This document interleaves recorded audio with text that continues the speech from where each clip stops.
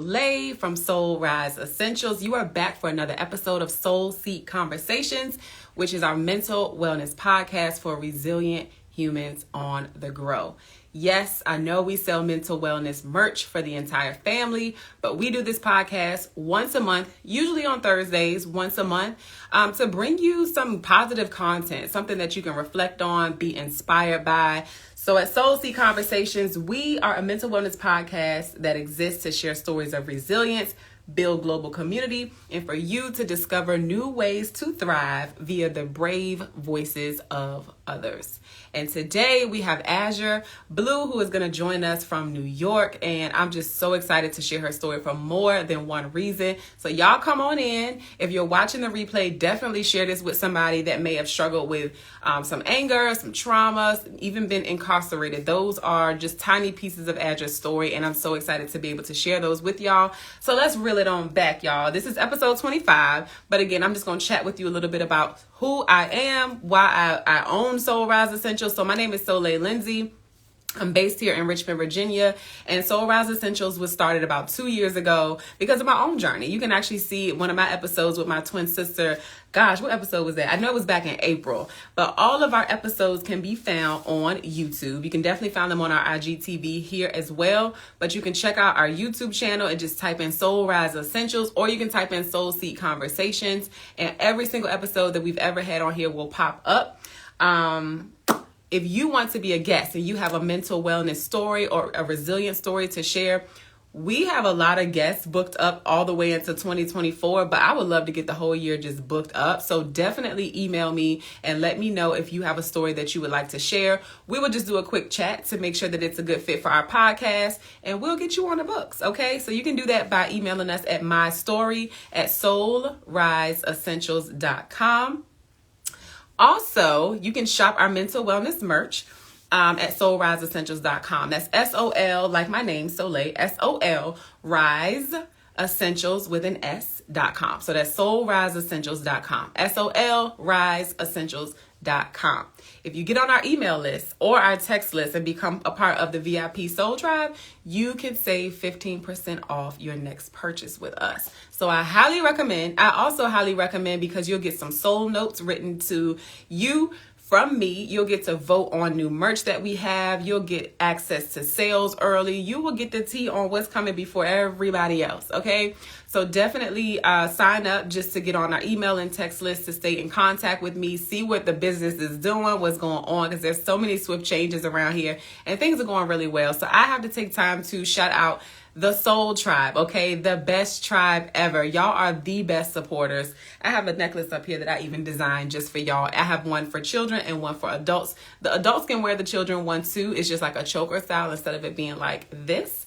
I am wearing today our loved affirmation necklace.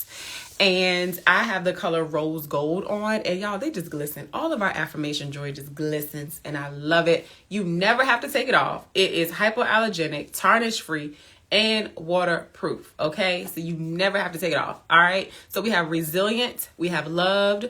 We have the Soul Tribe. And we have some new stuff coming out. I'm testing out some stuff. So if you get on the VIP email list or the VIP, if you join the VIP Soul Tribe family, then you will get access to all that stuff before everybody else. Also, behind me, we have some new merch. This is our Pack Light Affirmation Dad hat for children. It's red with yellow writing. Love it. Go to the website, check out the specs. You can also get now on our website the aqua version of the same hat. That is for adults. This one is for children. And then over here, we have a new bucket hat, which was highly requested. Shout out to VCU in Richmond, Virginia, taking over our whole city. These are their colors for the college. We have a cap that's the same color, a dad hat, but y'all have been requesting the bucket hat. And so it's moving. Same thing with this one as well. Y'all, we got merch for the kids, okay? So definitely check it out. But yeah, you can see everything else. Oh, how could I forget? Y'all. Yeah, very proud of this. It came out so good. We just dropped this on the website. It is our mental wellness manifesto. It is a 16 by 20 poster, and it would go great on your wall. Just like that, like so, like that. Okay. And it can be in your office, your home, your bathroom, your bedroom, wherever you want to put it. I will read just a little bit of it. From this day forward, my mental health and wellness is top priority in my life, not only for me, but so that I can show up as my highest self and with a full cup. I will not dim my own light. Instead, I will shine brightly in my uniqueness. I vow to uphold healthy boundaries with myself and with others. I will contribute positively to the world by doing my inner work. As I evolve, heal, and grow, I will meet each version of myself with kindness and self-compassion. That's just a little bit. I gave y'all more than what I should have. But I love this thing. It came out beautifully. I'm not sure what's going on here. Let me invite a couple more people because, hold up. But yeah, check that out. I'm really excited about that, y'all. Let me send the podcast to a couple people. We will get, let's see, hold on. Boop, boop, boop. All of y'all getting an invite. Come on in the room. Come on in the room. I'm going to send this to all of y'all. Okay. Boop. You get an invite. You get an invite. You, and you. Boop, boop, boop. I'm trying to get everybody that's online. Hopefully I'm not having like any connectivity issues. Let's see. All right, I sent y'all some invites. Okay, there we go. I was thinking something was wrong. I'm like, have I not been on live or something? Okay, welcome y'all. Definitely send this live to as many people as you can. And let them know that we back, boo. Again, if you're watching the replay, what's up, Khalik? What's up, Azure? What's up, Khadija? Hey, y'all. What was I about to say? See, that's why I can't be talking to y'all, shouting everybody out, because I be forgetting what I'm supposed to be doing.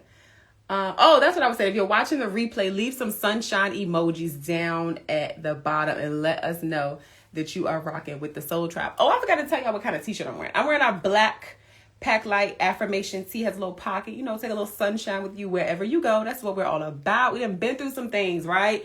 We know what it's like to hit rock bottom, but we also know what it's like to do the work on our inner selves to be a better version of ourselves. We don't wallow and get stuck in the things that we've been through. We trying to bounce back, okay? So that's what the Soul Tribe is all about. You know, you want to be around people that feel like sunlight, that folks that just get you without even having to say anything. It's just a vibe, like you get it. You know, we soul sisters and brothers. So that's what the Soul Tribe is all about. Shout out to Tajay. Hey, girl. Thank y'all for joining me. I think those are all of my announcements. I'm about to welcome my guests into the Soul Seat. Let me make sure. Yeah, that's it. Azure, you ready, girl? I'm going to send you a request to come on in. Can y'all hear me? Okay, I just turned my volume all the way. Hey, girl. Happy Thursday. I do these podcasts on Thursday. I should know that. How's everybody doing? Shout out to the Da Vinci Center at VCU, where you can find our merch at their store.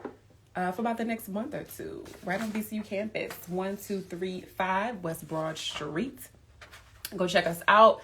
Check out our shelf. Interact with our shelf. You can take a survey. Let us know how we doing, how you like it. Let me send another invite. Now, IG, don't start with these technical difficulties. What up, pretty boy Reese? Thank you for joining us. Hey, Tyrese. You can try sending me an invite, too. I tried to send them to you, but I don't know if it's connected. I don't know what's going on with IG today. It's been a little minute. It feels like so long since the last episode. But you guys, again, you can go to our YouTube channel and see all of our past episodes. You can watch them on IG, but sometimes they get a little long. And I find it easier to like fast forward and rewind on YouTube because you don't want to miss nothing, you know? So definitely check us out on YouTube. Subscribe to us on YouTube as well. But y'all stay on in here because this conversation is going to be really good. There we go. I see your request now.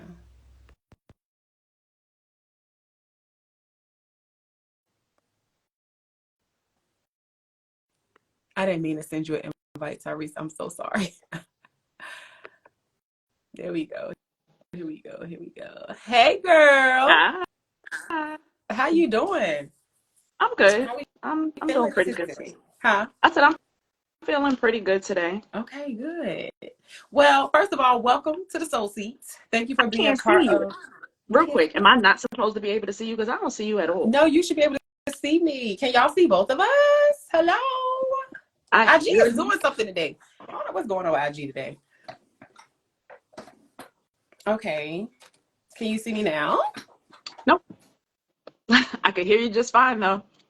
What does it look like? Is it a black screen It's or a something? black screen. Yeah. Mm-hmm. Okay, so everybody in the chat, can you guys see both of us? They say they can. If they Okay, can, then I'm gonna that's get fine. you. No, I would get you to Let me see what they say real quick. And if they can't see, if they can see both of us, I'm gonna get you to log out and come right back. And you send me the request though. Mm-hmm. Child, we gotta get on the official podcast streaming service because IG be doing what they want to do, and I don't like that. Okay, yes, they said they can see both of us. So log out and then send me. Not log out, but just redo it. All Okay. Thanks for being here, guys. Hey, Saucy. What's up, Nikki? Hey, y'all.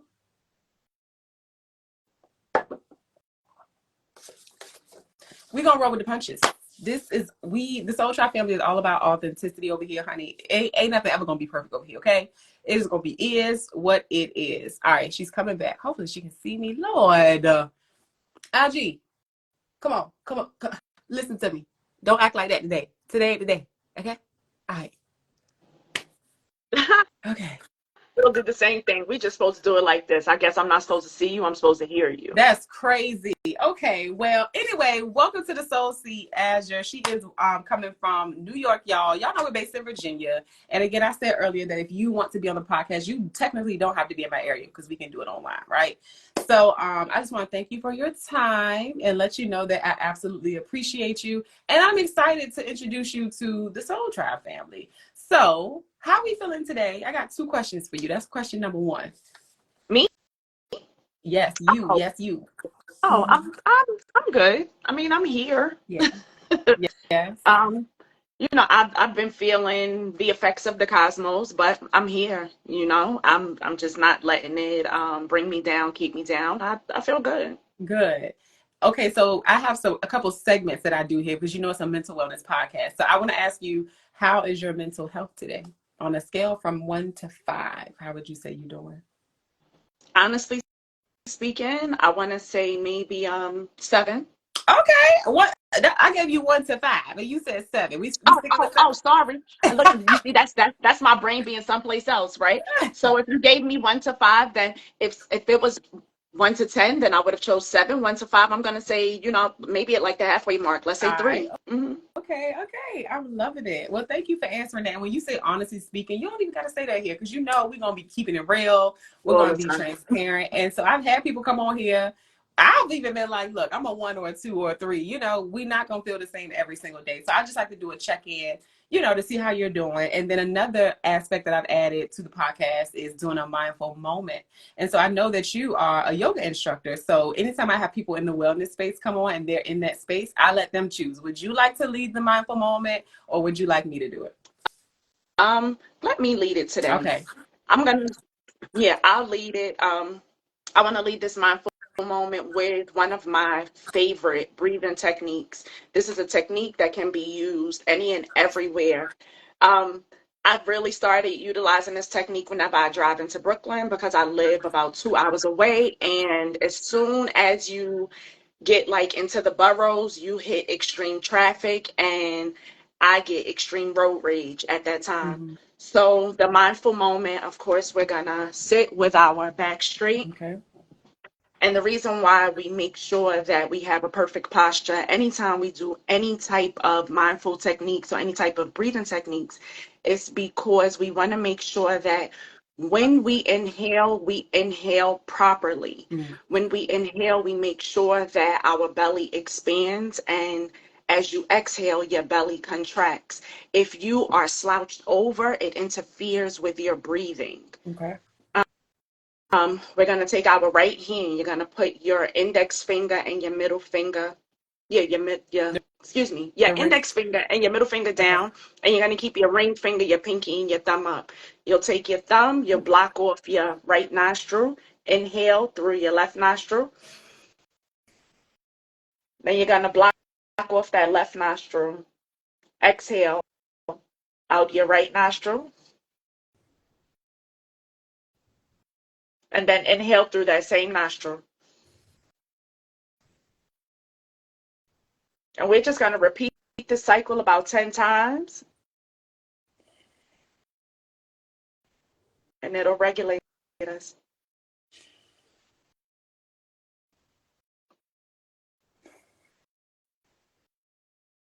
I hope you counting, because I ain't counting.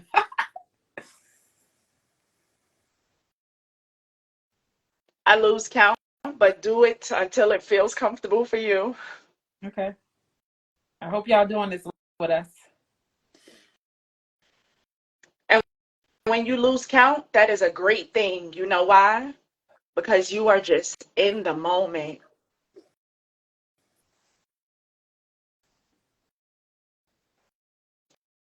And it brings you into, just the present space.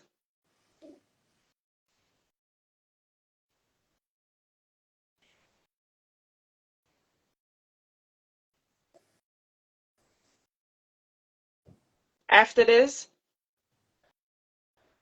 when you do your last exhale, we can stop.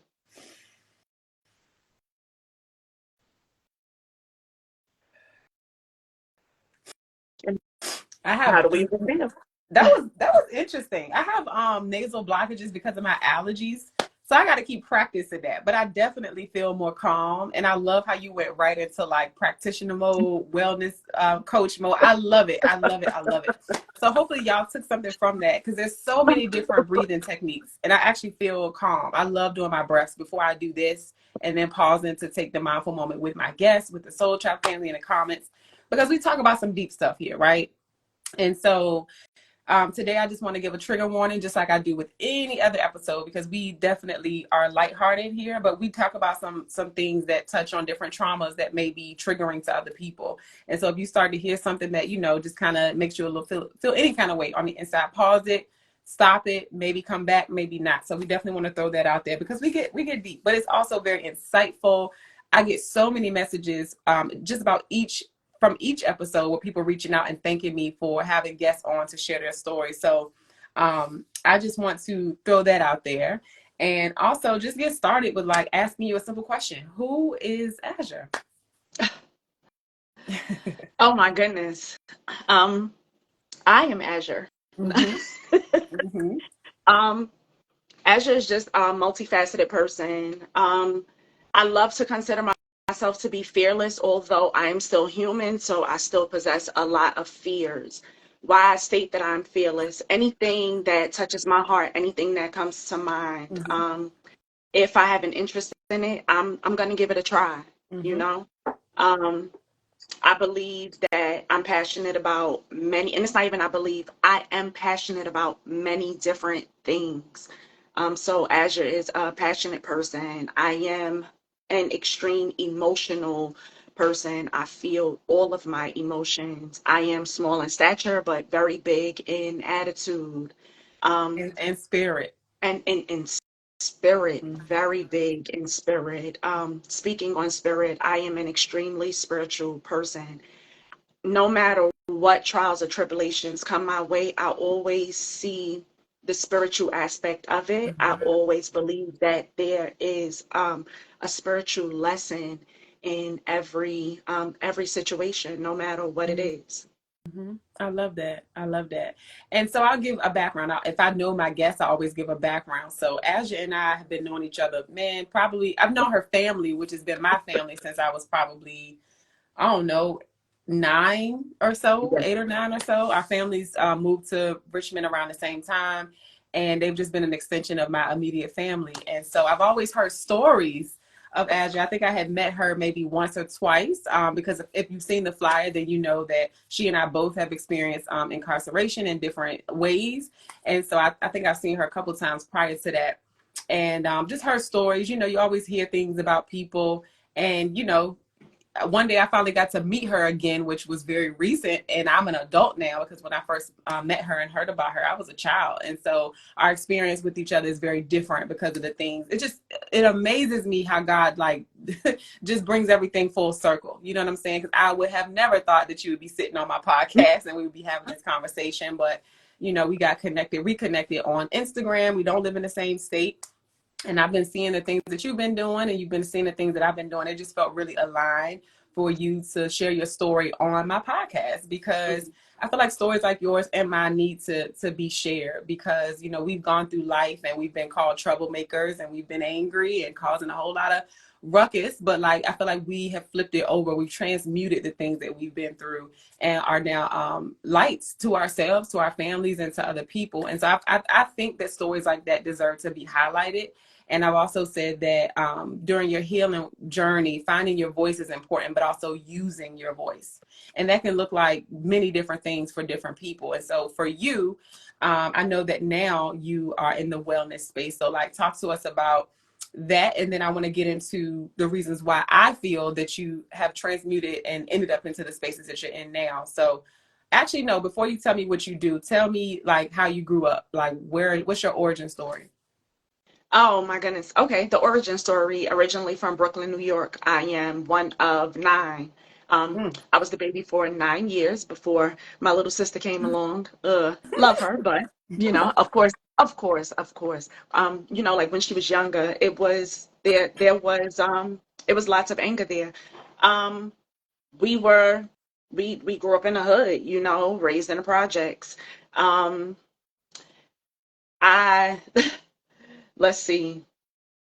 I don't think I really became rebellious like until my little sister was born. I'm not 1,000% sure, but should I give more, in regards to the history of me, or Well, I want to know something, because like being a ask away? Southerner, I'm from Georgia originally. And so when you hear stuff about like people from New York and the projects, like how was that growing up in the projects? Like what was that like for y'all? I know that was just everyday life, but what was it like? Everyday life. Yeah. Yeah. Literally everyday life. How was it? Hmm. Fun. Hmm. Like I'm not even gonna sit up here and lie. When I talk to one of my childhood friends, and when we speak about our childhood, Hmm. and when we realize now, just like the traumas that we have had to overcome, when we think about childhood, nobody thinks like, oh, we grew up in a part and in a projects like it was, and I'm not even gonna say a bad place to grow up, but um, we didn't know that we were poor, Hmm. like you didn't know that you were lacking much of anything. Whatever you may have seen on TV in Hmm. regard to the projects of New York, not the Hmm. projects where we grew up. Hmm.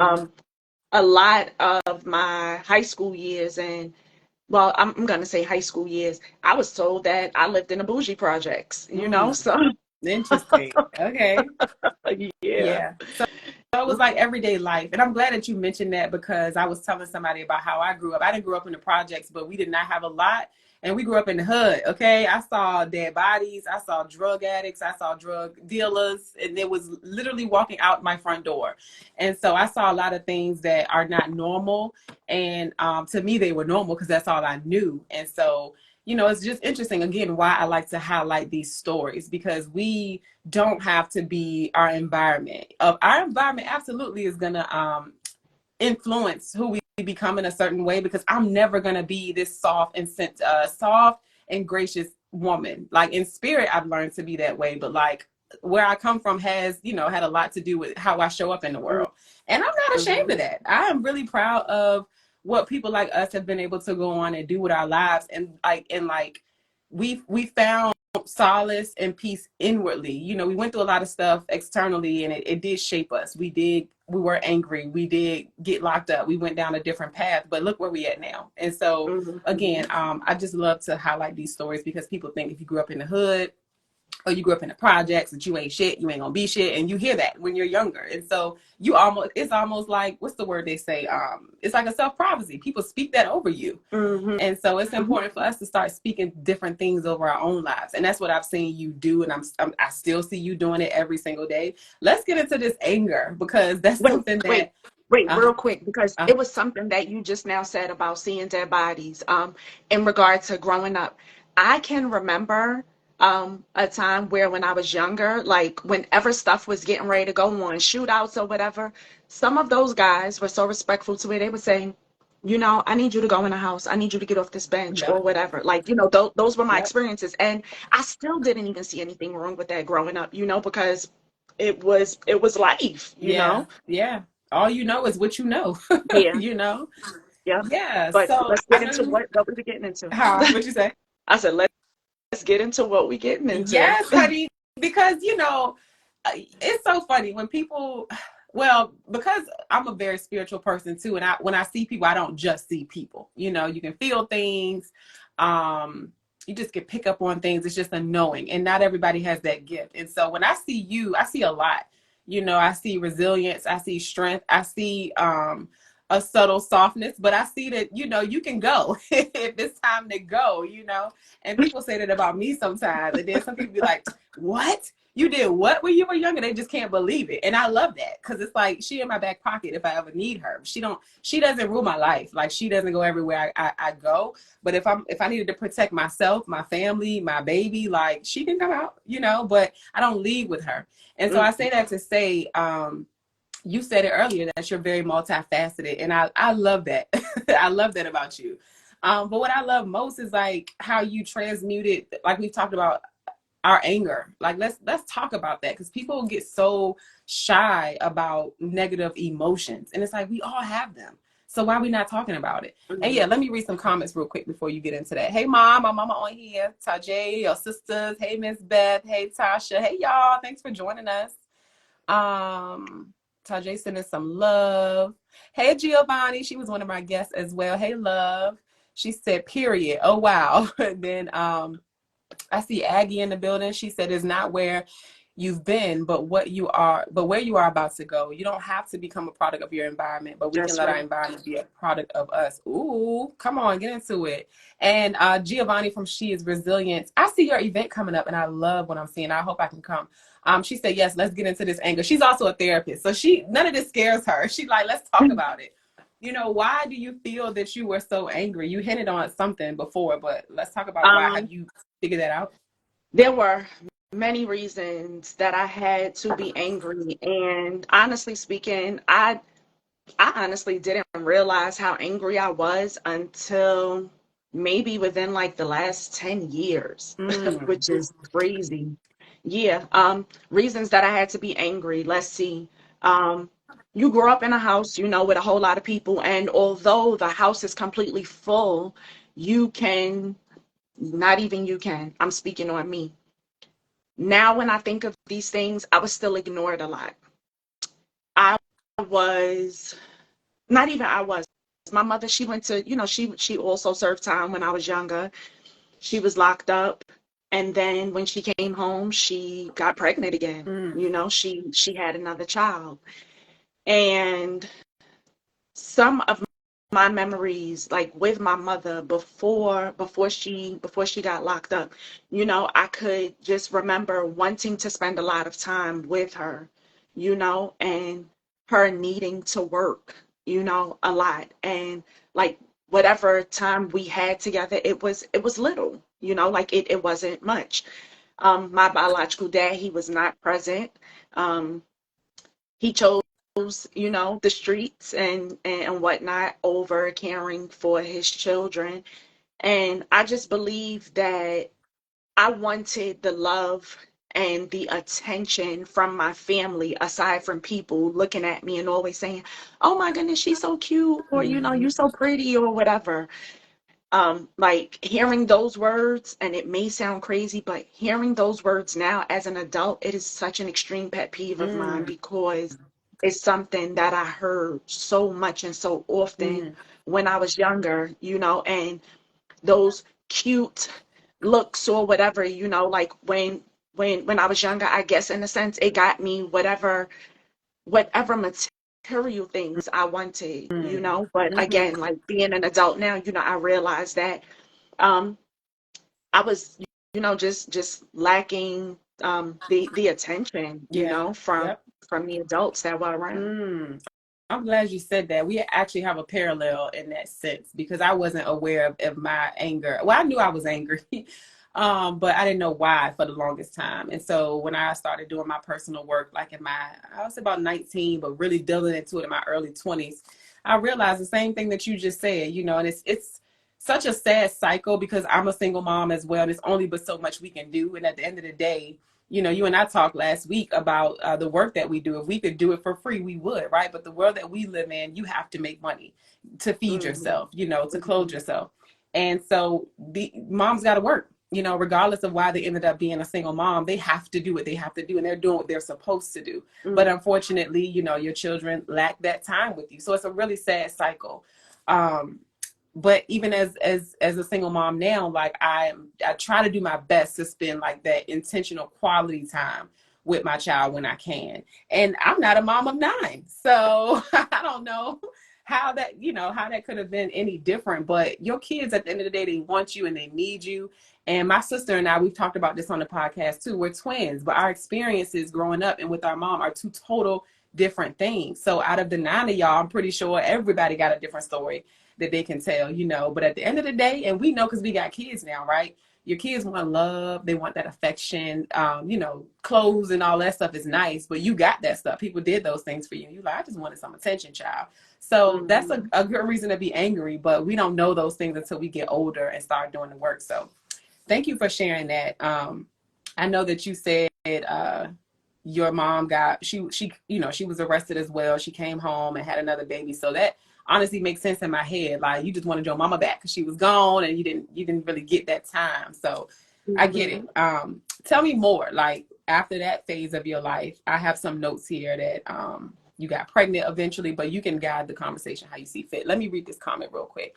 Hey, Mhm. Mrs. Green. Hey, Jazz. Giovanni says, lacking attention. Woo, that's a big reason to be angry and to not feel seen. Thank you for sharing. Sending your inner child love. Oh, I love Thank that. you. Yes. I saw that comment. I was ready to shed a tear. Listen, I'm gonna try to hold back tears today because I'm already. You can't see me, but I'm definitely. I know I'm gonna get there at some point. But yeah, go ahead. Let me finish telling me story. Um, you know, my stepdad, he was very present. So like I don't want to make it appear, like as if there was no one there, As you know, like a lot of my older siblings, they're much older, so they were present when they could be as well. But I guess, overall, like it was really my mother, in a sense, that I wanted. So she comes home, she has number 9. And another reason, and y'all may laugh at this because I laugh at it now with her and I still tease her about it, but one of the biggest reasons why I was angry when she got pregnant, well, before she got pregnant, she used to speak with me and my sister about either fostering or adopting a child. And we thought it was just so great, Mommy has all this love to give. So, hey, why not bring in a child that needs a home? So when she comes to us and she's like, how would y'all feel about having a younger brother or sister? We like, oh, you fostering a kid or you adopt one? She's like, no. And when she tells us that she's having a baby, I just bust out crying. I'm like, Ma, why would you do that again? Like you have so many daughters, you're going to have another daughter. And her words to me were, if I have a girl, I'm leaving her in the hospital. But if I have a son, I'm gonna bring him home. So when she gave birth to my little sister, you couldn't tell me she was not staying in the hospital. That's funny. So when she brought her home, it was devastating. One, I don't even know how they made her because I still slept in the bed with them. Oh yeah, she was married, so she technically wasn't a single mom at that point.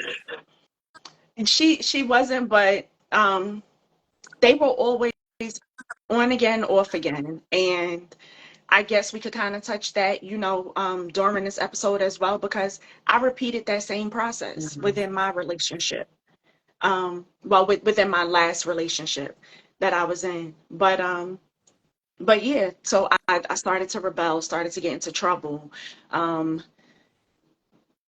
at one point we didn't get beatings, then the next thing I know, like because I'm getting in trouble, the beatings they come, the Mm-hmm. beatings, the punishments, whatever. um it comes. Yeah, they were married. You know, she Soleil said that, Nikki, you know, like that they were married, and they were. Like my stepdad, he was very present. Like even when him and my mother, when they weren't on at the time, he was still very present in my life. He was my dad. But to stop jumping around the teenage years, going, you know, I went into high school or whatever, and I just felt like school was boring. Mm-hmm. Um, Whatever lessons were being taught, I could grasp it quick, and I was a cutter. You know, I would cut class a lot. I started smoking weed, and one thing led to another, you know, just constantly getting into fights. And the crazy thing about getting into the fights was that I would never start them. The person that I am today with wanting to help people, I have always been that person. I always rooted for the underdog. All 5'2" of me, I would want to protect anybody that I saw, you know, that was either being bullied or whatever. And from me not minding my business, that would always get me into trouble, Mm-hmm. you know, or foolish things like this is going to sound really foolish, but just like some of my friends that I grew up with in the projects, you know, that were my friends like that I bathed with as kids, Mm-hmm. I started to fill out and develop faster than them. And these girls would they were upset about it Mm-hmm. because they Yeah. were stuffing their bras, you know, like just little things would get me in trouble. Mm-hmm. And I'm not the back down kind of person, you know. I'm not the rowdy person. Like I don't really want to argue or anything like that. Like that was always my thing.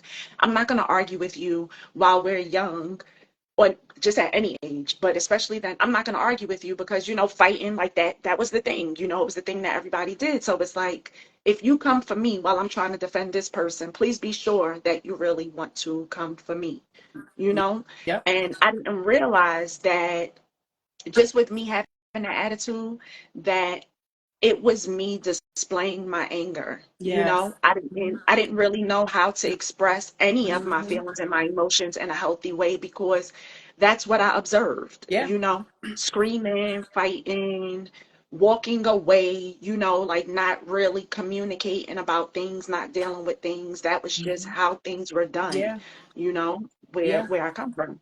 Yeah, I mean, I can relate to that too. It's like we identify with those emotions because it's the easiest thing to display. To be honest with you, anger is such an easy emotion to display, and nobody for me worked really hard to figure out why. Like my mom would ask me why, teachers would ask me why, but I didn't know. I'm a kid. I Hmm. didn't know I was angry until I was in my 20s. You know, so Hmm. now that I look back, I'm just happy that we're finding the tools to be able to give ourselves, number one, but for our children. I'm really happy about what's happening in this current generation because we do have language, we do have resources. And first, I just want to give reverence to people before us. You know, any stories that we share are just stories, our lived experiences, right? And that's all that we can share. And it's not to like downplay anybody else or anything like that, but my sister is again my twin. She honors my experience in my household with my mom, with my parents, and vice versa. You know, I honor her experience in that it was very different. And I always tell people, you know, it's simply my truth. That's it. And I think people deserve to share their truth.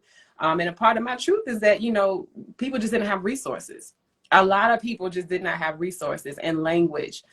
So even the breathing exercise we did, something very, very simple to regulate. I have a note on here when we were talking in the pre-interview about self-regulation. Once I realized that was a thing, it's like it's water under the bridge. You can do what you're doing. And I fail at this sometimes. Now I'm not perfect, you know, but I do have the skills. It is a coping mechanism that I have, just breathing. Something so simple. And what self-regulation is just like you putting yourself back in charge. You got a little heated. Your emotions started to rise. You started to act on pure trauma. That's it. It's just a trauma response. And so we've given Hmm. ourselves these tools, not because we're better than nobody else, but somebody got to stop the buck, you know, and pass the resources and the coping skills to other people. It's a lot of generational trauma that we've been given, right? Mm, But now we can pass on tools, generational tools.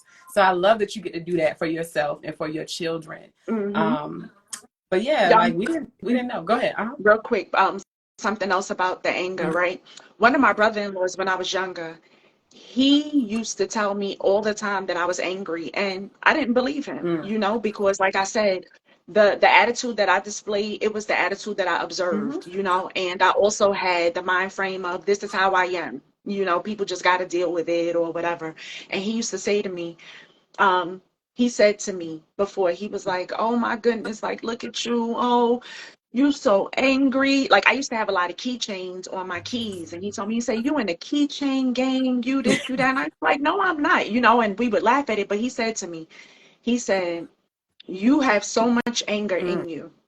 I probably was about 13. He said, "Catch you a body now while you are young." His exact words to me. He said, "Catch a body now while you are young. Get all of that anger out of you." He said, "They're going to lock you up. Mm, They're going to put you in juvie. They're going mm, to give you juvenile life. You will come home from prison when you are about 24 years old, and mm. you will be a completely different person, Wow. and you'll have your life figured out." And I want to share this with you. When I was released from prison, mind you, 2 days ago was, and I don't even know if I should consider it the anniversary, but 2 days ago was the 16-year anniversary that I was released from prison. Wow. When I was released from prison in 2007, it was 12 days after my 24th birthday. Wow. Good. And What my in the bro- world? and my brother-in-law, he said, "You'll get released when you're about 24. What? You'll have your life figured out." Yep. Mm, Mm-hmm. that's interesting. Do you feel like that Mm-hmm. was a not prophecy, but you know how I was talking about self prophecy earlier? What do you think It was that a was about? prophecy. Huh? It was, listen, it was a prophecy. I don't Mm. I don't believe in no coincidences in life. I believe that all of our words, Hello. like all of our words are very powerful. Yeah. We really have to be mindful of what we say about ourselves as well as other people, like especially those that we love, and like those who are like in our immediate space, those who Mhm. we allow into our energy fields, and like just into your aura. We really have to be mindful of that stuff. It Right. was a prophecy, but I don't see it as as it being a negative thing. Like I don't Mm, I don't see any of my experiences as right. them being Likewise. so negative and bad. They Likewise. were things that I had to go They were through. things that you had to go through to be this Hmm. beautiful light bright. I said light bright. Beautiful bright light that you are. Let me read a comment from Tajay, my sister. She says that's another journey within itself, is coming to terms with understanding some people just didn't have the resources and releases the anger and giving grace. But it's worth the release. So true. It's a hard thing to do. My sister was actually the person, because she has a background in social work. She went to school because of the stuff because of the things that she experienced in our home. And so my journey was a part of her journey, right? But so she was able to help me put into perspective. She told me flat out, "You are still that 17-year-old girl emotionally." And I was well into my 20s. And I was like, well, damn. And then she was like, you have to just accept people and situations for what they are. Like, I think we romanticize a lot because we're still that inner child, like Giovanni was talking about earlier. And we want to see things as we wish they were, as we think they should have been. But at some point, you got to Hmm. release it. And it's hard. It's fucking hard. It's very Because hard. it's like, it could all be so simple. Yeah. But that's not life. We got Hmm. work to do. We are here because we have freaking work to do, whether we like it or That's not. So we have to right. figure out a way to possess the mental fortitude Hmm. to go through the things that we go through and grow through it and figure out what the lesson is. Yeah, So I feel that's like we right. both have done a really good job of that. I'm going to read some more comments. Tajay said, now Okay. that's eye-opening. She was talking about the prophecy and his words. Yeah. She said, words are Hmm. powerful. Hey, Hmm. Stassi, she said, very powerful. Giovanni says, oh my God, so true. Oh, this is Hmm. good, child. Okay, so I mean, you talked about the incarceration. Let's get into I it. Well, okay, so I met my son's dad in high school. it's so crazy because although I would say, oh, I have a boyfriend, I had multiple boyfriends Mm-hmm. at that time. I was young, and once I got with him, he was just the one that I chose to be my boyfriend. And I didn't realize how tumultuous it would be. Um, we fought a lot. He was he was very controlling, very jealous. All of my friends growing up, guys, girls, whatever, everybody could spend the night at our house. Our home was just that open to everyone. And like once he came around, because he didn't have that dynamic in his home, I allowed him to come into my space and to just control everything. Mm-hmm. And in the midst of him like controlling my friendships, he would attempt to control me. But the little, dragon that I was with the fire inside of me, I wouldn't, I wouldn't allow him to control me completely. And I ended up getting pregnant, not once, but twice. The first time that I got pregnant, I actually ran away from home because my mother was threatening to send me to live with my dad in New Orleans. She was sending us for Mardi Your Gras, and bio she told dad? me, yeah, my biological dad. Yep, he was originally from New Orleans. And they were sending us for Mardi Gras, and she told me that my ticket was a one-way ticket, and she had one plan and I had another. So I don't know how long I stayed away from home, but I did stay away from home long enough to get an abortion Mm-hmm. at the time. And I wouldn't even say to heal, but just so that I didn't have to go to live in New Orleans. Mm-hmm. We're going to fast forward a bit because I got pregnant a few months after with my son, and I think that my baby is actually He is. watching. Hey, I Chad. was I was 18 when I got pregnant with him, and let me tell y'all, I had to pep myself.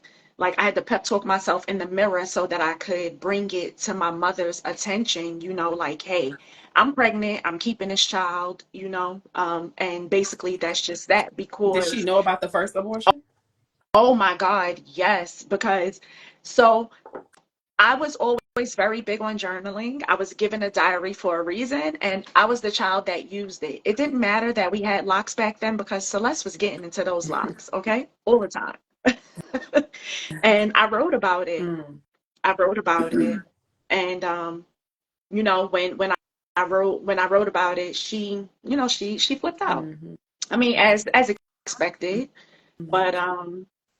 but yeah, so I got pregnant with my son not too long after. I let her know that I was pregnant again. I was keeping a baby. And of course, with me being the age that I was actually in my second senior year of high school at this point. I got myself messed up when I started dealing with my son's dad, and I just stopped caring, altogether about my education. But me being pregnant, it's like it didn't even matter to him, Mm. at that time. He wanted me to get rid of the baby. He even actually attempted to bribe me with like clothes and jewelry and even a pit bull, Mm. which is crazy. Yes. Um, and my pregnancy, like it was an experience, but I was still going through it. It didn't stop him from wanting to fight me. It didn't Mm. stop him from, just being as jealous as he was. And at that point, like my self-esteem, it was so low, Mm. to where I just believed that I had to put up with the stuff, like that I had to put up with everything. Mm. And um during my 8th month of pregnancy, well, I think during like my 6th month of pregnancy, he had got jumped in the projects where I lived. Like the guys, they wanted to fight on him behind me. And with me being pregnant, I still fought with him to fight these guys. Like just a whole lot of craziness going Mm. on. And when I was 8 months pregnant, um, he was already cheating on me. And I knew, but like I wasn't completely certain of it. He was supposedly living with his dad at this point, and I went to his dad's house one time, and a female answered the door. Come to Mm. find out, this was the girl he was cheating on me with. His dad moved to a whole nother state, left the apartment to them, and like she and I, we just started communicating, at this point. And while we were there, she called him to let him know, like that he needed to come home. He knew that I was there and whatnot. And when he came, he pulled out two guns on us. Oh no. Yep, on both of us. He held us both at gunpoint. He had a sort of 12 gauge shotgun and a 357. Mm. And I ended up having to stay the night with them that night. Mm. I, I he made the three of us sleep in a bed together, and he slept in the middle of us. He didn't keep the shotgun in the bed with us, but he did keep the 357. He laid in the middle of us. He had me on one side, had her on the other, and of course he didn't try anything like sexual or whatever, but he thought like it was a joke. Like that he could that he could have us both there and touch on us Do you know that in a person? Because I'm gonna sense. block them if not. You can block them. Okay. You can block them. Okay. Yeah. Go ahead. This that like it's somebody that started following me, and I'm not gonna make my page private. I just block people. Okay. Continue. But the next day when I left from there, like I don't even know how long before this, but I could remember I had this little Tweety bird. Excuse me, I had a call. I had this Tweety bird keychain, and it was a pouch, and I had like either 13 or 15 Tylenol, cold and flu, I think, in there, whatever. And my mother had some Captain Morgan liquor on her dresser. And I went home right after I left him. And I took all them pills and I Mm. drank that liquor while I Mm. was 8 months pregnant with my son. Mm. Just trying to take myself out of here, not even thinking of my Yeah. baby, you know. But he rejected it. Like he rejected it. A friend of mine at the time, she actually reached out to her. She was somebody that I trusted to let her know what I did, because of course once my child was rejecting it, I was ashamed, Mm-hmm. and she went with me to the hospital. I had to get my stomach pumped with charcoal, and that right there, from that incident, it started my journey in therapy. Mm. Um, let's see.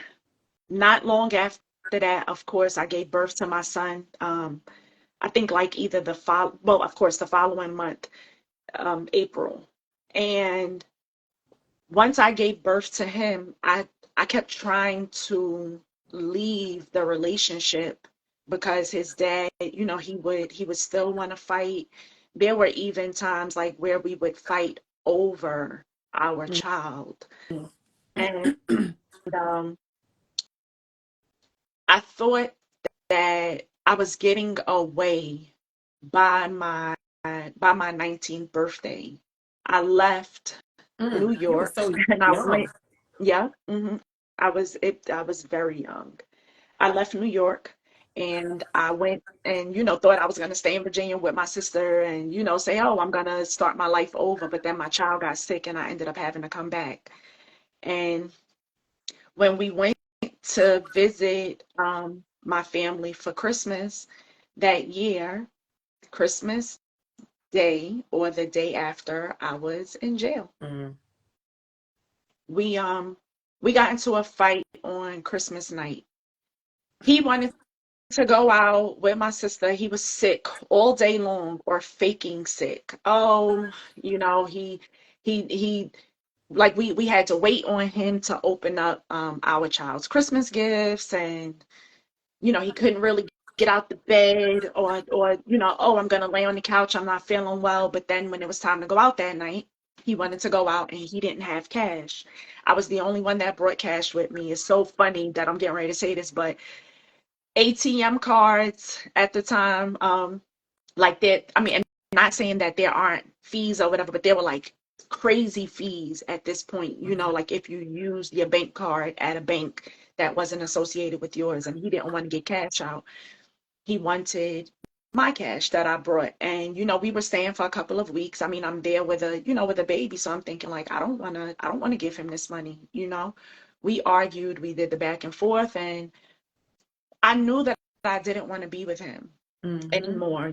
Like I kept telling him that, but of course, he didn't really believe it. He didn't want to believe it or whatever. And because he kept asking for the cash, I took 250s that I had and I crumbled them up and I threw them at Mm-hmm. him. And I let him know like that afterwards when we got back to New York that I wasn't going to be with him anymore, not knowing that I wasn't going to be back in New York for years after Right. that. Right. Um, we were fighting, and because he was very materialistic, I used to take his clothes and I used to try to destroy them, Yeah. because that was what mattered to him the most. And again, as I stated before, I didn't know how to express, Right. any of my emotions in a healthy way. Mm-hmm. It's like you hurt me, I have to find a way to hurt you. Yeah. And I I I had a steak knife from the kitchen and I was actually trying to cut his coat. I took his coat from him. The fight originally started upstairs in my sister's house. It was really dark up there, and once they were able to separate us to get him off of me, I took the coat, ran downstairs. I'm trying to cut it. I'm not gonna get too into detail, Mm-hmm. like just about the fighting or whatever, but he was behind me, um, while I was trying to cut the coat, and I wasn't trying to stab him. Because he was there, like I just kind of jerked my hand back, to try to scare him to get him off of me, and the knife, it pinched his heart. Mm. Lordy. Out of Yep. all places. Yeah, it pierced his heart. Yeah. So for anyone who may know me, who may have known of what happened, hopefully this, if you're watching with me clarifying this, hopefully you see that there was only one stab. I did not stab him multiple times. It was not intentional or anything like that, but everything that happened behind it. I mean, I don't, like I said before, I don't think that there are no coincidences in life. I Mm-hmm. believe everything happened as it was supposed to. Mm-hmm. So how long did you thank you for sharing all of that, because I know it's probably taking you back places, but how long It did you is, have but to yeah, how long did you stay away? Because you was gone for a long time. That's why I said we probably saw each other maybe at a baby shower or something in New York, and then I just know you was gone after that. 4 years. Mm. It was 4 years. I didn't initially stay locked up after that. I was locked up for about a month, and the cops did not have to come and search for me, find me, none of that. Once I realized, like that he was making it out of surgery, like I pulled my family and I let them know. I was like, look, I have to tell on myself. I expressed to them that they didn't really know what was really going on between him and I. They didn't really know, like just about the fighting and the abuse or whatever. And I didn't know the laws in Virginia because I was locked up in Virginia. Mm-hmm. I was a person that went there on vacation and I really came home for probation. Mm-hmm. Um, but rather came home on probation. And I stayed out on bond for And months, how old was the probably for baby? the so he was Chad was, I think he was 8 or 9 Oh months, and wow. I went back to jail. Yeah, I went back to jail after he was a year and 3 months or Mm. something like that. Were you breastfeeding? Yes, I breastfed Wow. him. Yeah, I but know. I breastfed him until he probably was about 6 months. So at that time, like I was home. I was home the whole time during the breastfeeding, and then I went to Yeah. jail. I got locked up afterwards. Like it started out as jail, but I did serve, um, 4 years and 3 months to be exact. Mm, mm, mm, mm. Between Fluvanna, let's see, from Fluvanna, I went to Pocahontas and then I think Southampton in Virginia. So, I mean, I got questions because it's like I'm thinking Ask them. about as a mother and having a young child and that separation. And honestly, I'm thinking about the pattern that was repeated. You know, you had just had a baby and went away, you know what I mean? So it's kind of similar. There's a little parallel there between your origin story and you and your son.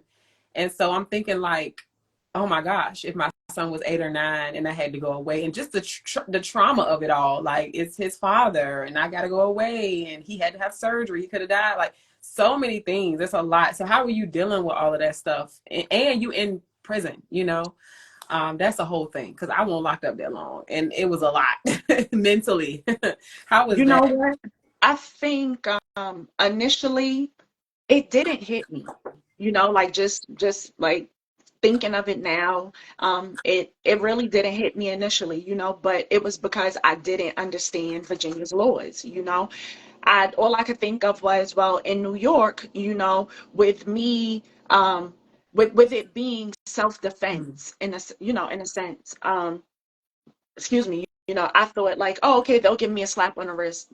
Excuse me, they'll send me home. I did not know that the state of Virginia did not have any self-defense laws. And when I was going to court, I learned how they despised New Yorkers so mm, much mm. because that was like one of the main things that they kept speaking on. Oh, you know, she's from New York City. She's from New York City, you know, and they were trying to insinuate like that I brought him to Virginia to try to kill him. And it's like, no, look at this Mm. guy. You know, at the time he's 6'3". He was probably like 220 pounds. I was, like I said, I'm between 5'2", 5'3". At that time, I probably, if I was 110 pounds, I was lucky. Right, You know, right, like right. I was stressed. I was, you know, I was a young mother. I was still trying to go to school. Like when I got locked up, I had my schedule for college. Mm, You know, mm. so it's not like, you know, it's not like I was just a single mother out here, like just Right, not wanting, I mean, excuse right. me, a young mother out here not wanting to do anything. No, I knew that I wanted to go to college. I knew, you know, that I wanted a degree.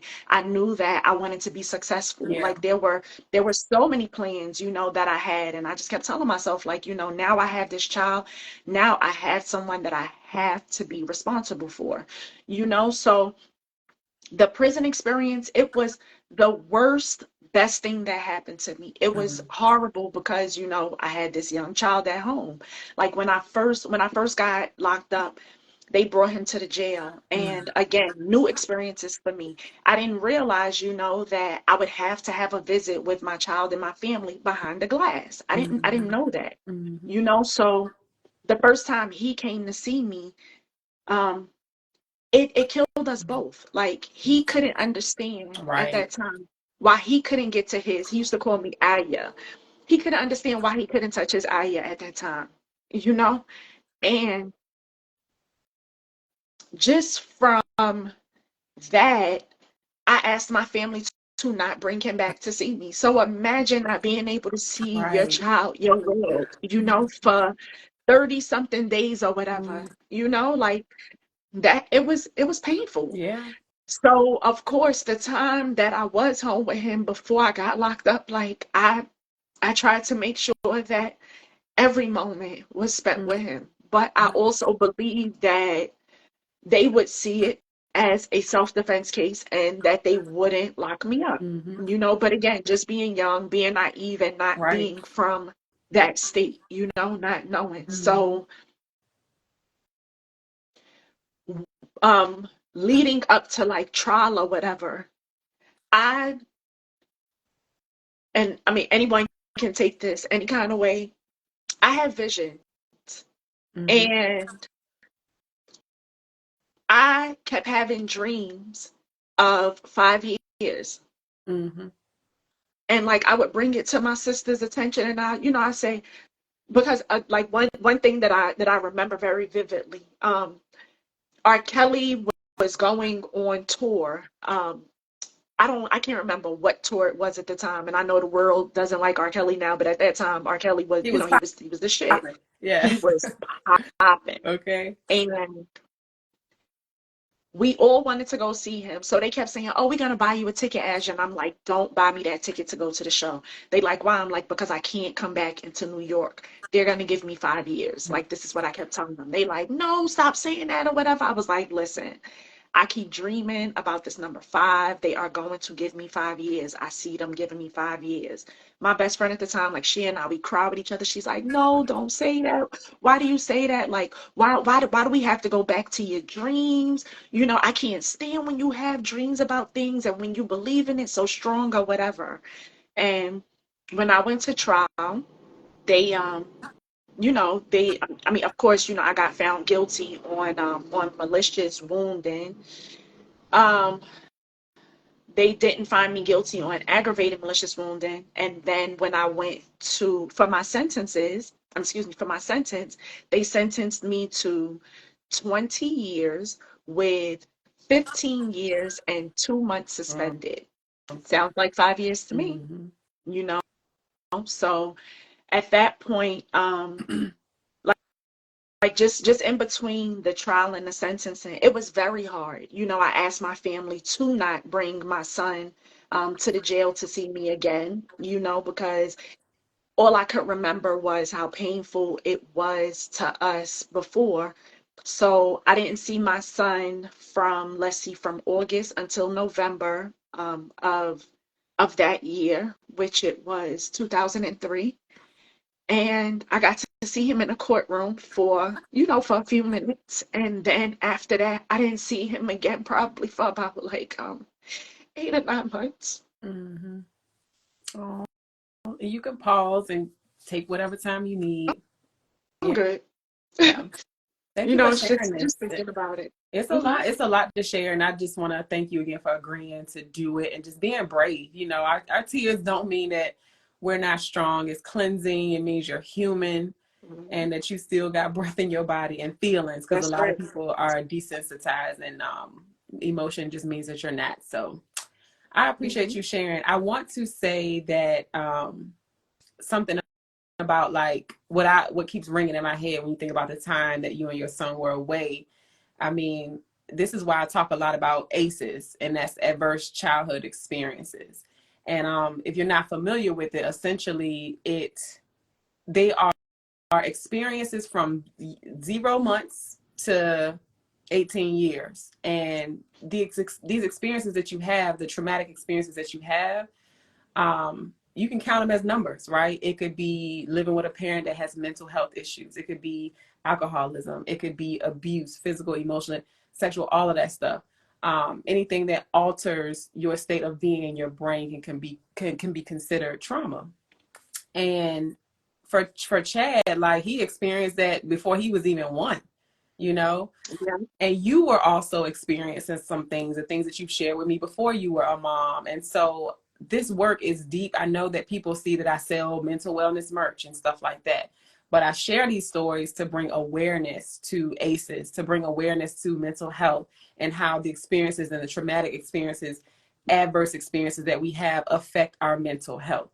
And it's more than just clothes, right? It's more than just being happy and positive and sharing toxic positivity. Like life don't hurt sometimes, right? That's exactly why I have this podcast. As emotional as it is, these stories need to be told to bring awareness so that people can understand, like, okay, I cannot just stuff my feelings and think that I'm not going to explode on somebody one day. Hmm. That's exactly what happened. And in that moment, where the fighting was going on, I can think back to experiences I've been in, even as an adult, 20 and 30 something years old, where I let my emotions get the best of me.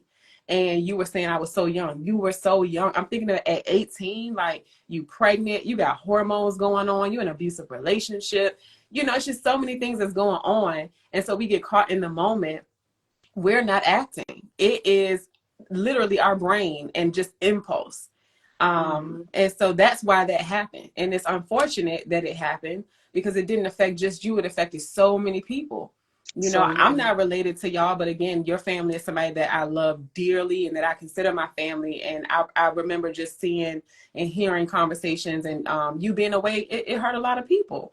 And I know it hurt you too. And so, yeah, I had to shed light on that, because I know that there are people watching that don't know what ACEs are. Google it, go find out your ACE score, and it will blow your mind as to how many of those it'll give you a score, and it'll tell you, like, it'll make your life make sense.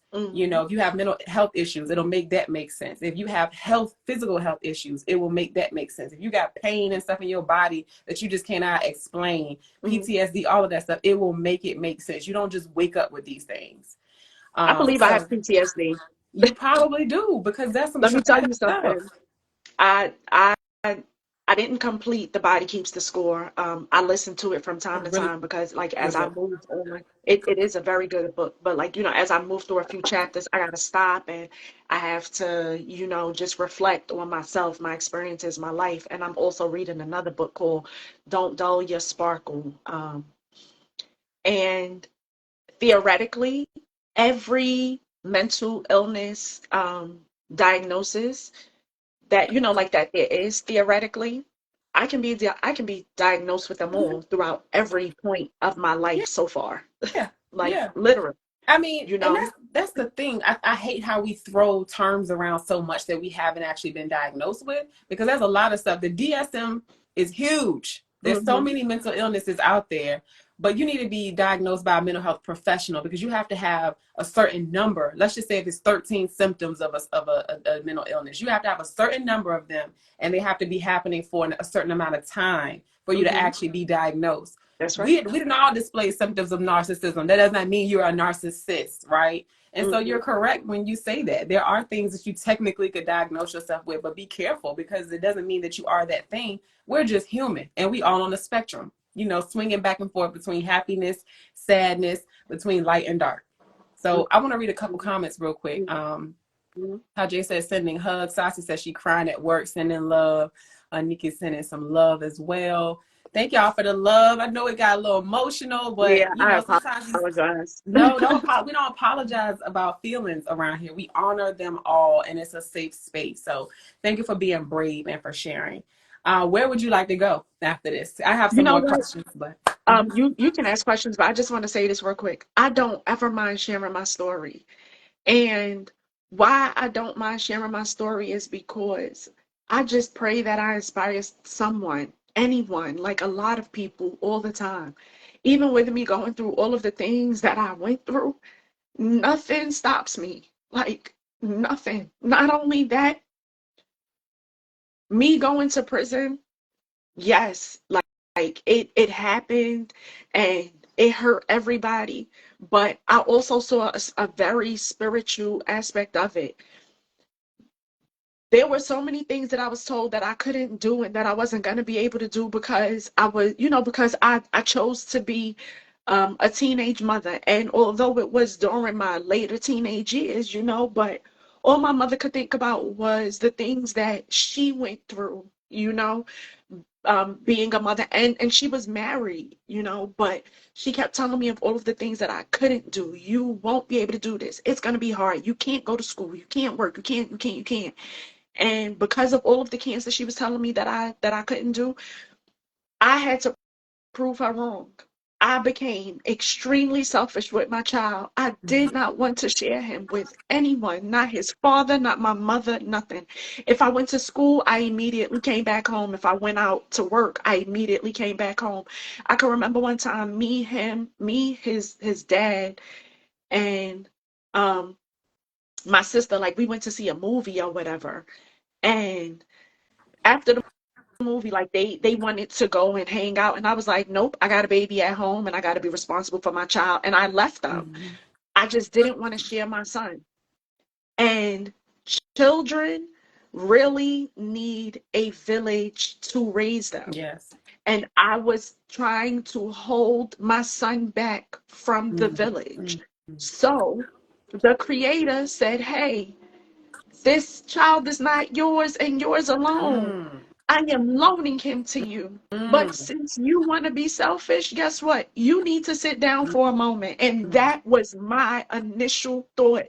Like, once I made it to prison and whatnot, when I was still very heavy into the Bible at that time, I was still an extreme Jesus believer. But, like, I would say God sat me down because I didn't want to share my Chad. Mm, And I had to stop calling him my Chad, as well. Like, mm, it's like, God, this is what happened. So although, yes, I went through some things, like it hurt, it was painful, very traumatic, I always see the silver lining in everything. mm, And that is what I hope to inspire, you mm-hmm. know, within others daily. No matter Absolutely. what you go through in life, you still got breath in your body. Keep That's right. going. That's right. I love that. And I think it's a perfect segue into my final segment, which is what do you do? And when I say that, I mean, what do you do to bring you joy? How are you self-regulating? How are you staying in a happy space? What wellness techniques or things, rituals are you doing to keep this new Azure at bay? Excuse me. So first and foremost, I am a yoga teacher, but of course I practice on my own. If ever I feel myself getting worked up, or out of sorts, if I am at home or if I'm not working, I will go and take a walk. We paint a lot in my house. We have a very creative, artsy home. I will play music. I will dance. I And do pause real understand. quick. When you No say problem. we, who are you talking about? Oh, me and well, when my son comes home, son. Me, my son, and my So daughter. you Like, have another child now. yes, Hmm. yep. I have a little girl, that's 7, and my son is Yeah. 21. So we are speaking on, situations that, or rather, incidents that happened very long ago. And you But are you just had a birthday. How old are yes. you?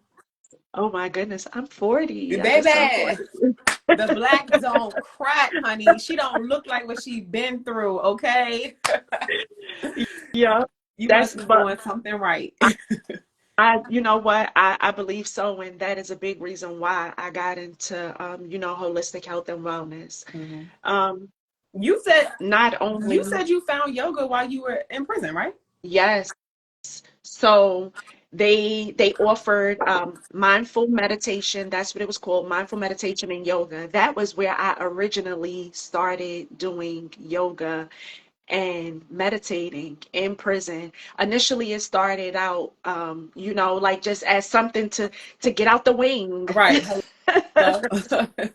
Like any type of movement, anything with movement or anything, just to stimulate my mind, because like, since while I was there, I told myself, like, okay, I don't want to just sit here and be a housekeeper, right? Because like that's the generalized job that they give to everybody unless you go to school.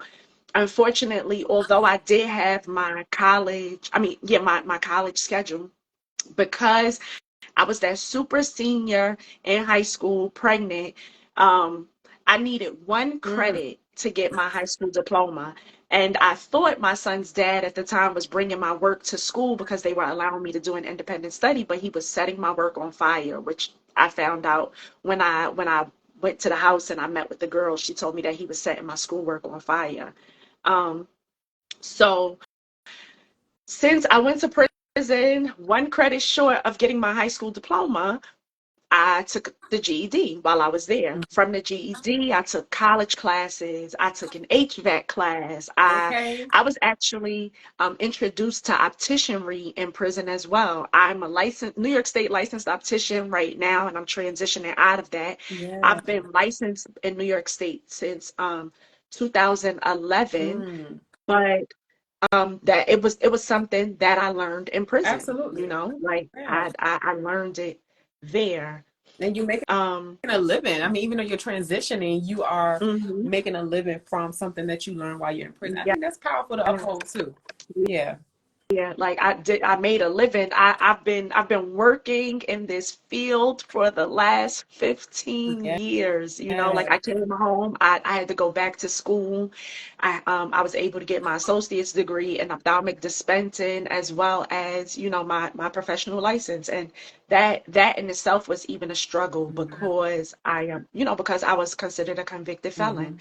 So like I had to get character letters. I had to sit before the optician board, just to prove to them that Wow. I was credible enough to hold a professional license. But I didn't stop I there. love. I mean, although I didn't utilize it, but then not too long after that, I became a licensed real estate salesperson as well. So Wow. like Come on, resilience. Come just on. I like love just it.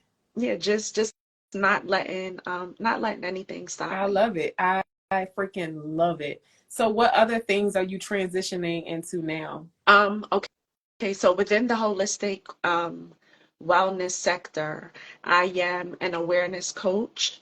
And I like to call it awareness coaching, not life coaching, because I can't tell you what to do with your life, but over the last 10 years, because I have been becoming more aware of myself, my toxicity, like the positive parts of me, Mm-hmm. really getting to the root of what was causing me to be filled with so much anger, Mm-hmm. and just me becoming who I truly am, Mm-hmm. because I've always been labeled as a hothead, Mm-hmm. or, like my sister who is on here, like her ringtone for me before used to be a monster with Nicki Minaj, like when Nicki Minaj used to scream, and like that, I mean, yeah, I can laugh at it today, but Right. at one time, like it was painful, Yeah. because it's like, damn, I know that my heart is big, Mm-hmm. you know, I know that I love love. I know that I love to be kind to people. I know that I Mm-hmm. love to help people. So like I had to change the narrative of Azure, That made me you think know. about something I learned from Iyanla Van Zant one time that resonated so much with me. She was like, hopefully I remember it correctly, but she said something to the effect of, and I want her on my show one day, y'all. I want to meet her and Oprah. I'm just throwing that out there, but We let me reel it manifesting back. that for you. Period. We manifesting it for you. Let me Period. add that to my board. Yes. She said Because so far sometimes, everything on my board is coming through. yes, yes. Thank you. She said sometimes our personalities don't align with our spirit. And that's the work that we have to do. It's like inwardly, like I'm just like you. It's peace, love, and light on the inside. But sometimes that fire be rising up, boy. And my personality, like I hinted on earlier, it's who I am. It's where I was raised, what I observed. But then when you start doing that inner work, like I feel like my personality more than it used to matches up with how I feel on the inside. And I don't think people really realize that, like, you can have a good spirit and just be so sweet and so kind, have a big heart, but you can come off really abrasive to people. And so that is where the work comes in at. I'm going to read a couple more comments. That's fine. They said, okay, 40. Somebody said, looking like she 18.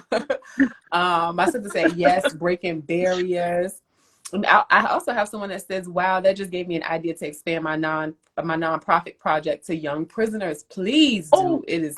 who I apologize really quick. Whoever that is, please reach out to me, because I would love to assist with that and help out, Yes. and within prison. And it doesn't matter what state you're in.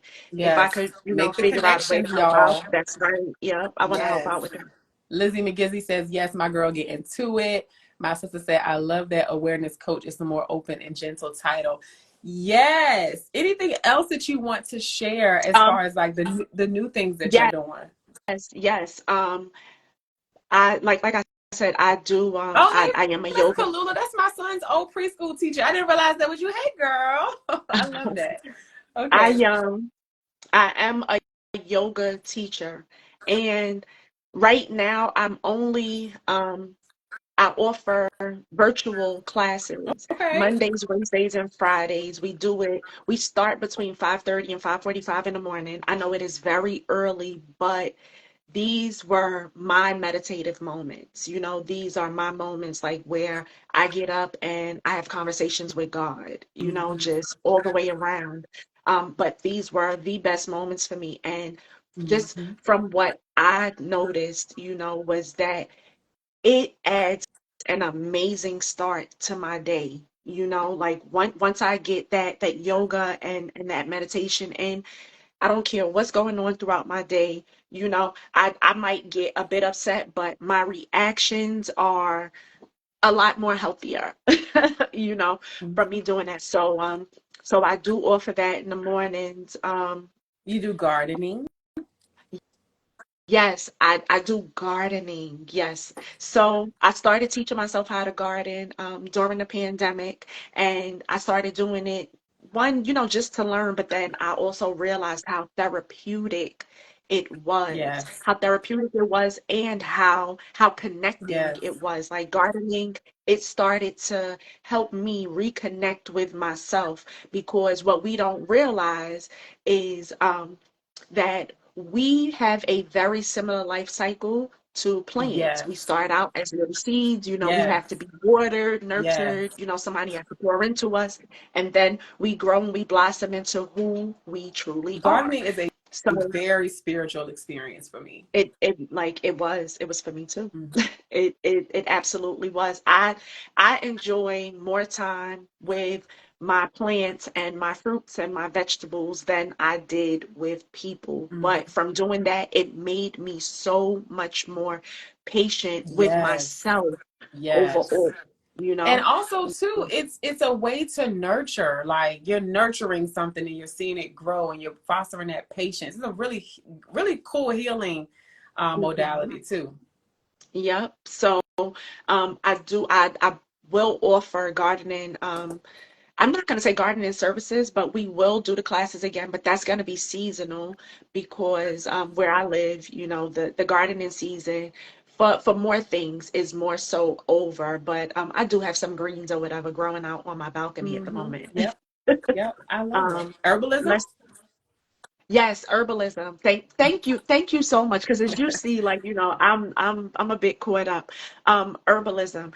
I I did take a course, but I gotta be so honest with y'all. I took the course, but I learned more from just my personal research and Mm-hmm. studies than I did from the course. So within the awareness coaching aspect of things, since it is holistic health and wellness, if whomever, works with me within the coaching aspect, when we, touch on like your overall health and, just your diet, I will recommend, some herbals, or rather some herbs to you, if you're open to it. But I do a lot of unsolicited, herbal offerings as well, like when I'm just out and about and talking to people and whatnot. But that's also going to be a part of Azure's Blues and Spiritual. So let's see, we touched herbalism, Yes. yoga, the coaching, and the gardening right now.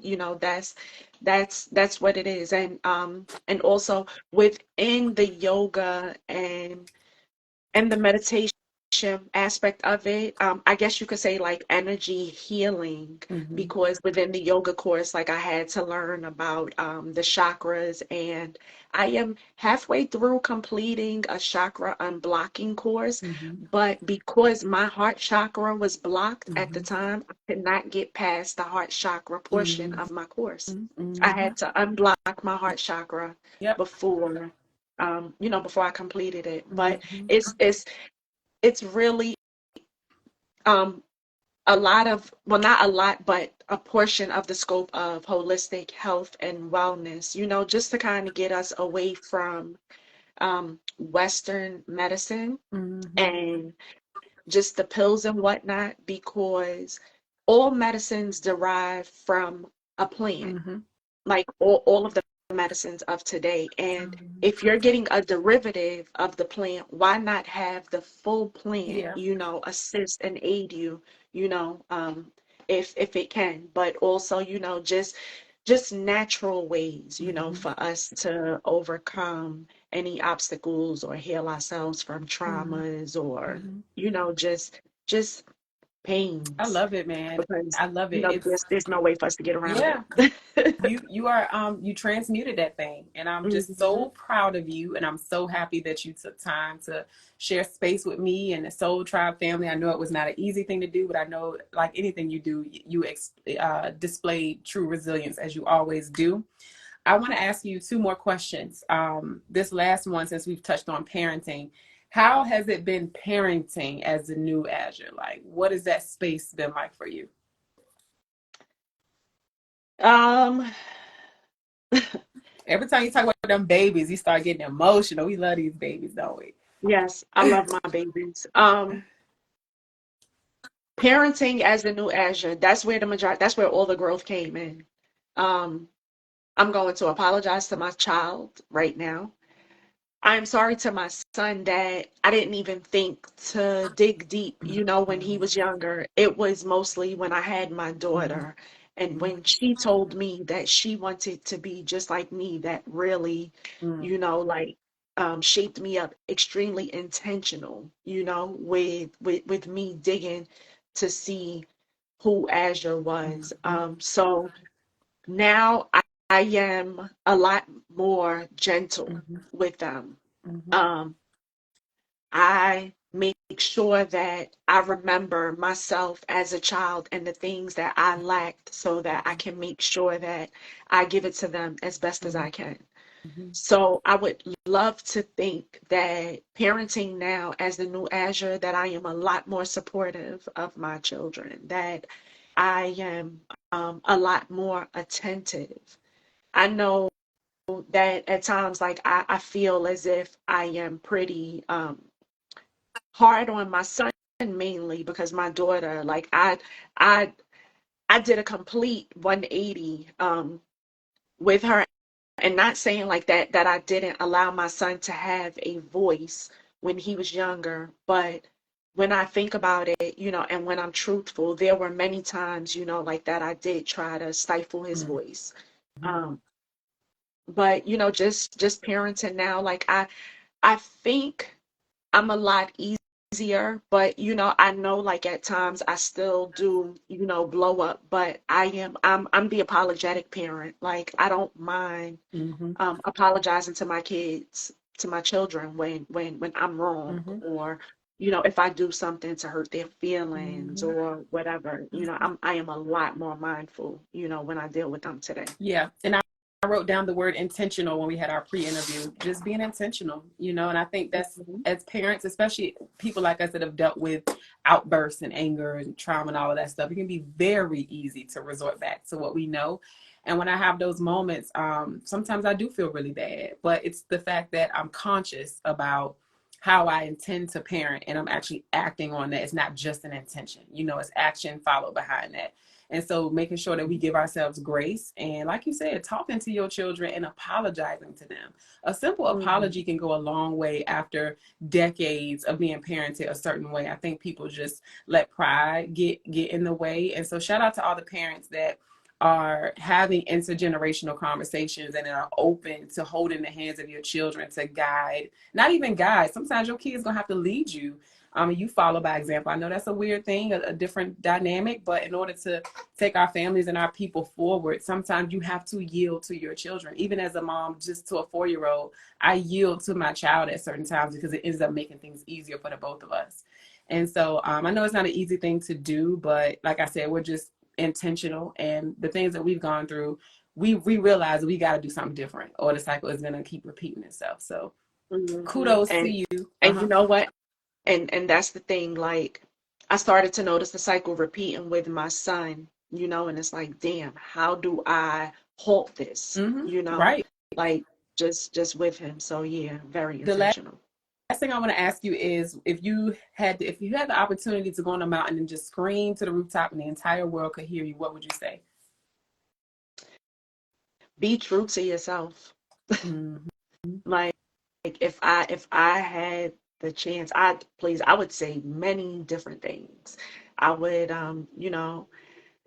one of the things that I would say is just thank you, Creator, for making me who you made me to be. I would always want to let people know to be true to themselves.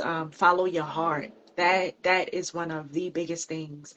Follow your heart, you know. Of course, today in society, like we're told to do things in a certain way, but can you give your all when, you know, when your heart isn't in it? Mm. Let's see. Is there anything else that I would say to people? I don't know. There probably is because I talk so much. Well, how can they find you and support you in your new transition into the wellness practitioner space? Um, you can follow me here on Azure Blue. My business page is Azure's Blues and Spirituals, but if you want to follow that, start here. Reach out to me. I'll guide you there. I share a lot of my yoga stuff there and also my website, which Soleil would get me because she is my business coach and I did not get the other domain yet. Okay, we gonna get there. We gonna get Yeah, there. And she but will be tagged. She will be tagged in this post and also on YouTube. You guys can look in the description box for all of her information, her Instagram handles, and her website as well. So I'll make sure they get the information. all right, yeah, but the when you put the website, you can put Azure's Blues because the Azure's Blues and Spirituals is getting ready to go away. Okay, and it's how do you spell blue? Bleus. Also, what does Azure mean? I forgot to ask you that earlier. The blue of the sky. I love it. That's beautiful. I love it. Yeah. Shout out to the Really. Turner family. Shout out to Miss Celeste. I love all of y'all. Thank you for birthing this beautiful light. I just love all of y'all so much. And We love thank you you for, too. for sharing your story. Any final words? Um,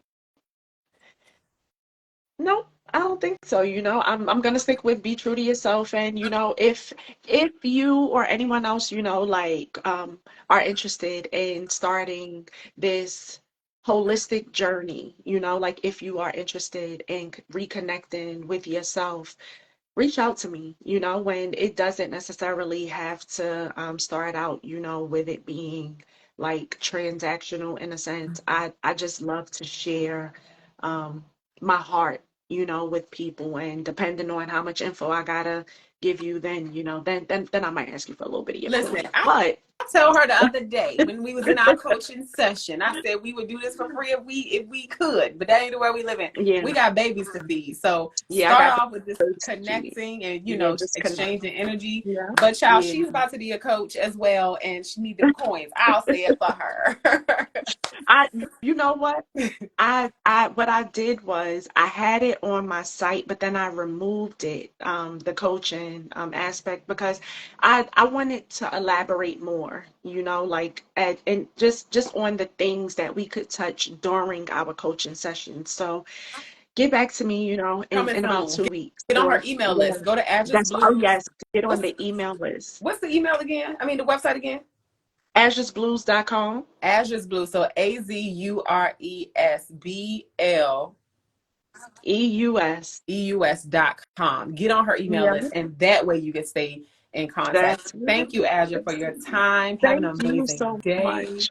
You are welcome. Thank you for being a thriver and for just being resilient and for sharing your story on a soul seat, y'all. And I don't know if you know how to exit out, but you can exit out and I'll just close it out. Thank you so much. Thank you. Thanks for You're welcome. having me. You're welcome.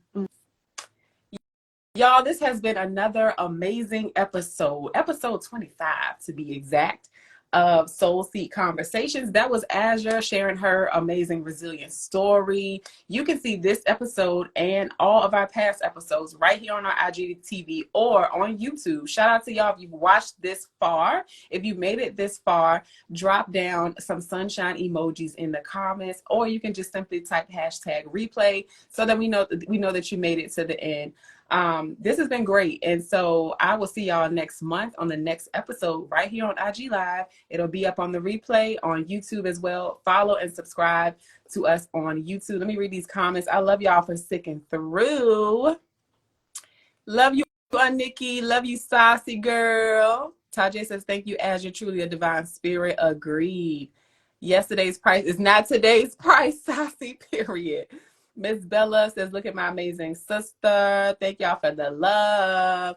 Love y'all. See y'all next month. You can shop Soul Rise Essentials Mental Wellness merch for the entire family and for resilient humans on the grow at soulriseessentials.com. Get on my email list so y'all can keep up with what I'm doing, what new merch we have. Go shop. Everything that you see up here, minus the necklaces, are new. Go shop. Because I got mouths to feed too. And a world to impact. We spreading the mission and the message of mental health and mental wellness. See y'all next month. And thank you for joining Soul Seed Conversations. Peace. Bye, y'all. Love you.